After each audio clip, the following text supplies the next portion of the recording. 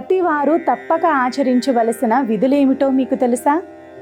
ఉదయం లేవగానే నీరు త్రాగాలి. పెరుగుతో ఏ ఆహారాన్ని భుజించరాదు. అట్లే పెరుగుని తినరాదు. భోజనం తరువాత స్నానం చేయకూడదు. స్నానం చేసే సమయమున పైనుంచి రుద్దుకుంటూ స్నానం చేయరాదు. ఇలా చేస్తే కామం వృద్ధి చెందుతుంది. అడ్డదిడ్డంగా రుద్దుతూ స్నానం ముగించాలి. పగటిపూట భార్యతో కలవరాదు. అలాగే వెలుతురు లేని ప్రదేశంలో చదవరాదు.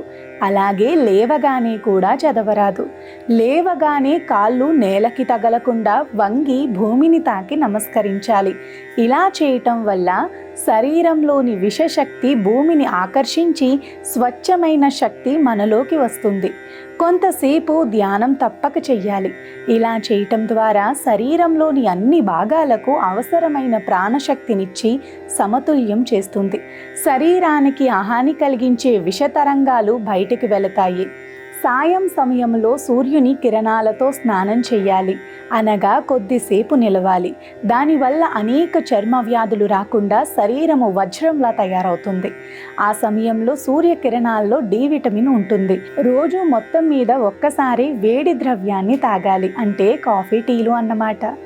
భోజనాన్ని కూర్చుని భుజించండి. దీనివల్ల 4 శరీరానికి ఎంత ఆహారం కావాలో అంతే తీసుకుని ఆపై ఇక చాలు అని సంకేతం పంపుతుంది. తద్వారా అతి ఆహారం తీసుకుని అనారోగ్యం పాలు కాకుండా ఉండగలము. భోజనం చేసిన వెంటనే నిద్రపోవద్దు. అలా నిద్రపోతే మీతో పాటు ఆహారాన్ని శుద్ధి చేసే రక్తంగా మార్చాల్సిన అవయవాలు నిద్రిస్తాయి. దానితో అజీర్ణము, మలబద్ధకము ఇత్యాదులు తలెత్తుతాయి. రాత్రిపూట పడక గదిలో కిటికీలు, తలుపులు తెరిచి నిద్రించకండి. తలుపులు తెరిచి నిద్రిస్తే చోరుల వల్ల, కిటికీలు తెరిచి నిద్రిస్తే చలికాలంలో రోగాలు వచ్చే అవకాశం ఉంది. మీరు కానీ మీ పిల్లలు కానీ ఛాతీపై చేతులు వేసుకుని నిద్రపోకండి. ఇలా నిదురించడం వల్ల ఊపిరితిత్తులపై తీవ్ర భారం పడుతుంది. కూర్చున్నప్పుడు చేతులపై తలను ఉంచి విశ్రమిస్తారు కొందరు. అలా చేయటం వల్ల మెదడుకి రక్తం సరిగా సరఫరా అవ్వదు. మెదడు సమస్యలు చాలా వస్తాయి.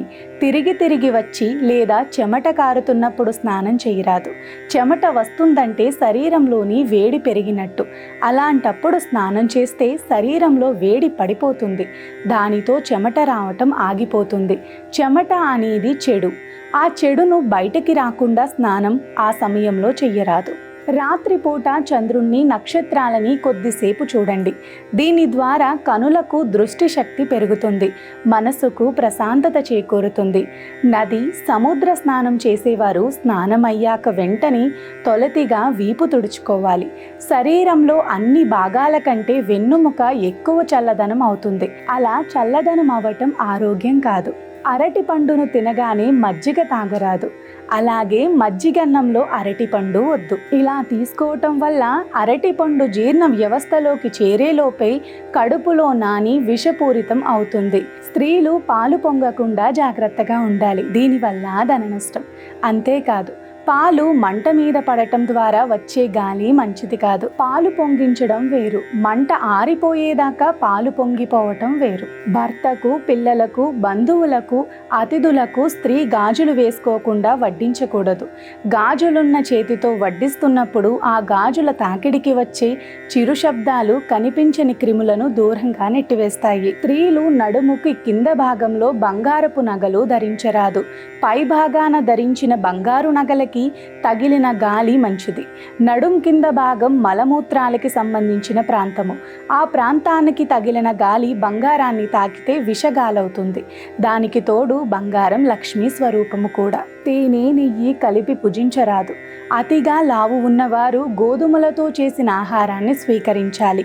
ఒళ్ళు నొప్పులున్నవారు మాంసాహారానికి దూరంగా ఉండాలి. చేపలను ఆహారంగా తీసుకుంటున్నప్పుడు పాలు, పాల పదార్థములను విడిచి భుజించాలి. పాలతో అరటిపండును, వేరుశనక్కాయలను బెల్లముతోనూ తీసుకోవాలి. స్నానం అయ్యాక శరీరానికి ఏ నూనెను వాడకండి.